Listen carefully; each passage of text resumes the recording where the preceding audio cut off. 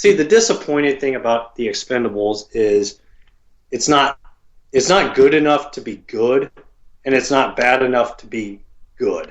You know what I mean? Like most action movies, either they're so bad it's funny, or they're so good it's like Predator, or where they're just memorable, or Terminator 2, or something like that. You know what I mean? Yeah. The Expendables is like that in between, where it's just all three of those are pretty much, it's the same movie. There's not really good acting, but there's not bad enough acting to make it funny. Yeah, it's because you can have a movie so bad that it becomes must-watch just because it's so bad.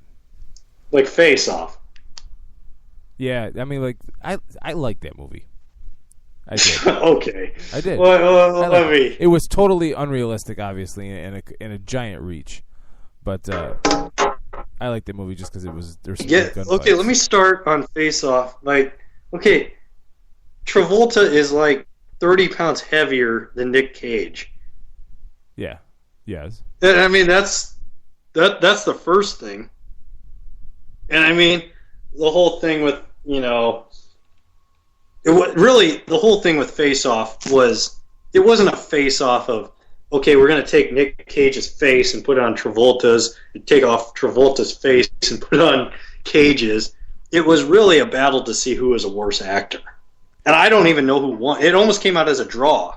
Right, but I mean, as far as like a John Woo movie goes, it was a fantastic. There's some fantastic fight scenes and gunfights in that movie, and that's if you watch. Yeah, and the boat exploding, and then them both flying off. Yeah, that was an incredible scene. Well, and just John Woo and his trademark is like the sideways gun and whatnot for all of his movies. Somebody has that and everything like that. So it's one of those things where I throw. That's a situation where I throw plot out the window and I just want to see bullets flying. Okay, I'll give you that on Face Off. Yeah, I'll give you that. I'll give you the. There's certain movies that exist in a vacuum.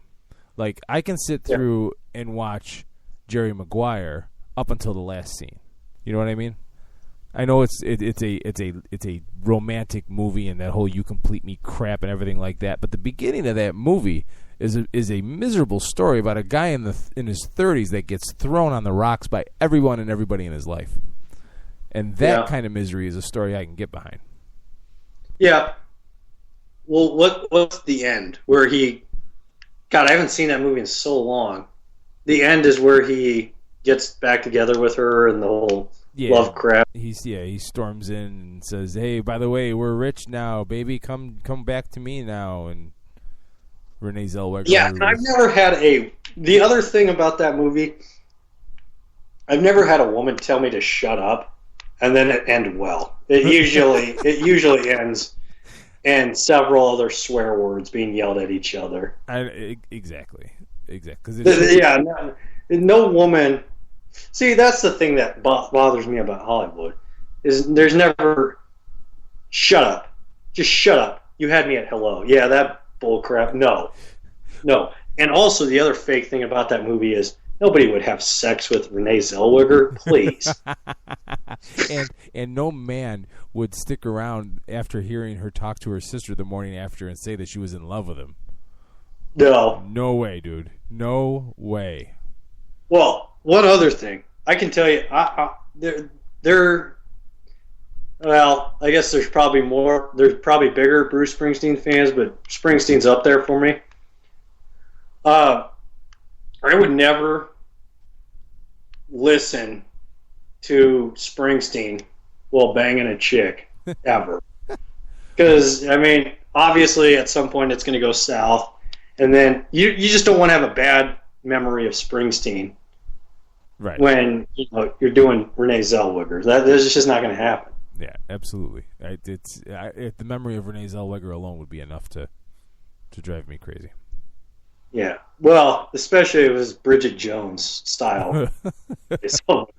God, she was supposed to be a star, and she got stuck with Bridget Jones.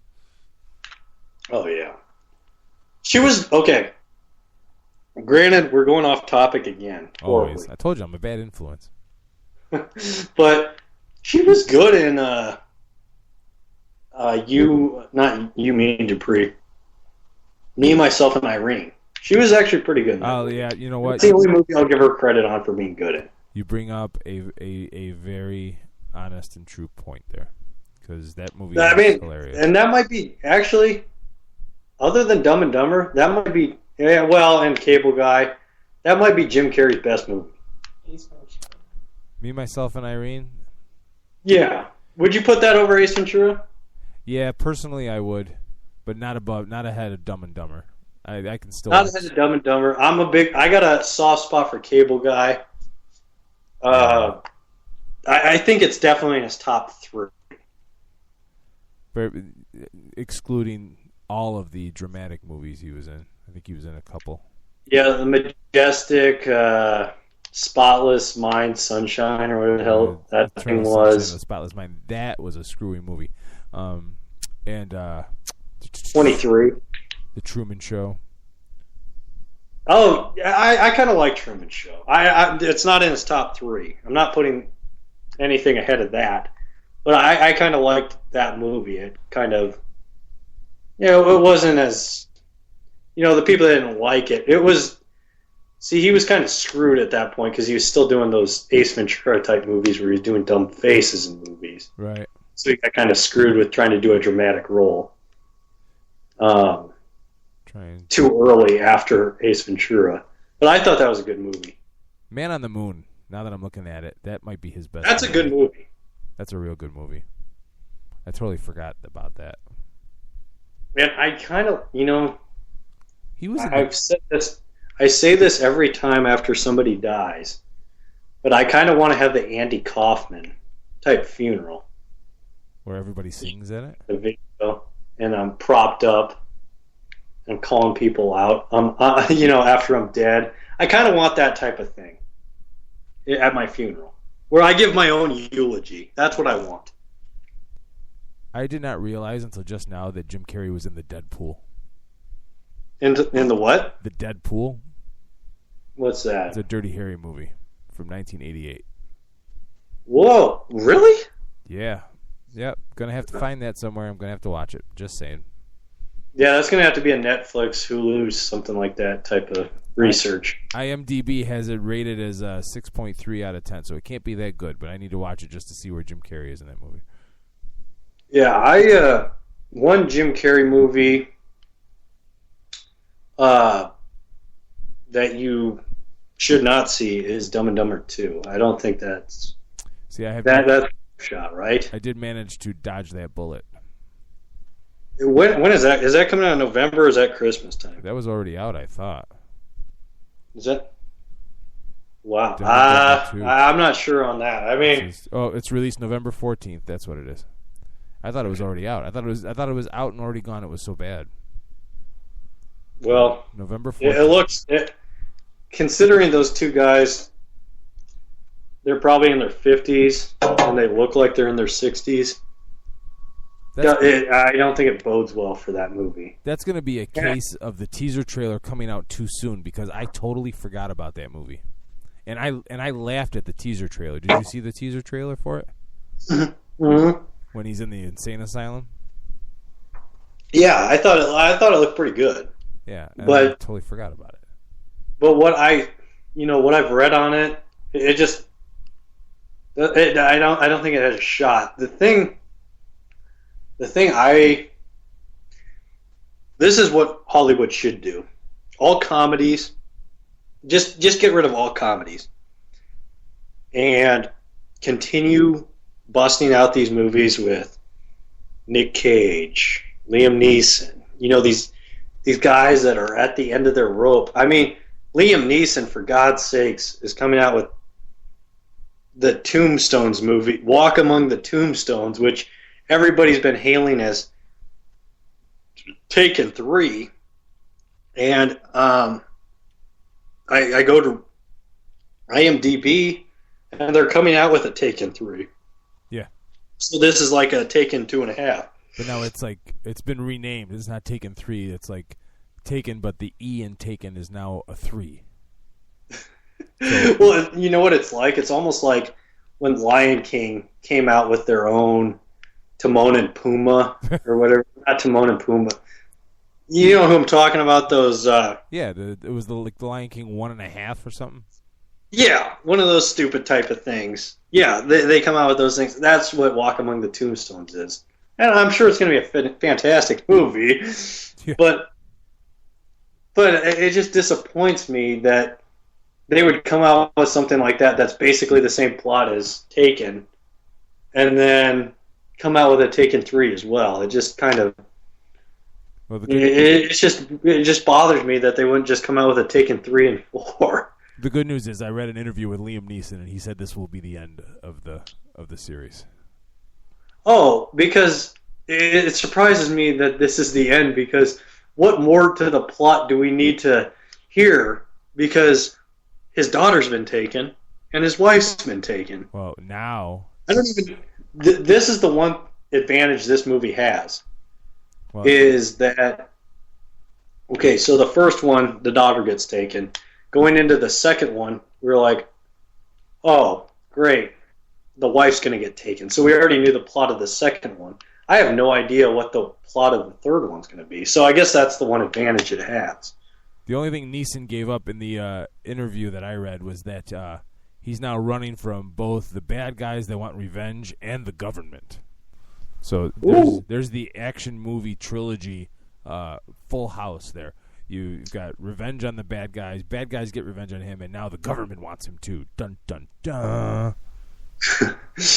Well, you know what movie I thought would have been perfect for him? You know that movie with Pierce Brosnan, the November Man, that came out in August? Oh my God, yes. That would have been a perfect movie for Liam Neeson. I'm sure they wrote that movie for Liam Neeson. And then out of nowhere, Pierce Brosnan was like, hey, I'm English, I'll take this, and ruined it for every Liam Neeson fan on the face of the earth. I just when Taken 2 came out, I was like, who would leave the country with this guy? Oh no! I mean, well, and it's like who? I guarantee you, it cut down on sex trafficking in Europe. After that movie came out, it definitely put the fear of God into those people that kidnapped women in Europe to put them into sex trafficking after what Liam Neeson did to those people. They're like, oh my gosh, Hollywood is onto us. Let's stop this. Have you seen God, what's that? The Liam Neeson, well, what else? Oh, The Gray and The Road. Those two movies with Liam Neeson. Have you seen either one of those two? I have not seen The Gray. The Road, was it? Yeah, okay, that was not Liam Neeson. That was somebody else, wasn't it? Yeah, it was Viggo Mortensen. I just looked it up. Yeah, it's pretty much the same thing. What's the difference? Yeah, exactly. All Viggo Mortensen's films are like, remember me from Lord of the Rings? Okay, we can go on now. Yeah, and I also got Gwyneth Paltrow almost killed in that movie with Michael Douglas. By the way, with Michael Douglas, is there anybody with more graphic sex scenes than Michael Douglas in the history of Hollywood? No, and I think a group of feminist women's rights people were actually like protesting his movies because he always seems to be in some kind of role where he objectifies women by having gruesome sex scenes with them. Well, what movie was that with Paltrow and Douglas? Wait, with who? With Paltrow and Douglas. Perfect Murder. Oh, yes, that's right. Yeah, because she was young in that, and she was hot. I mean, she had a short haircut, but she was hot. Yeah, that was 1998, before she got all artsy. Yeah, she got a little too fancy. Well, okay, well, let's discuss this. Okay, what's the most graphic sex scene of Michael Douglas? Because I'd go Demi Moore in, what's that one called? disclosure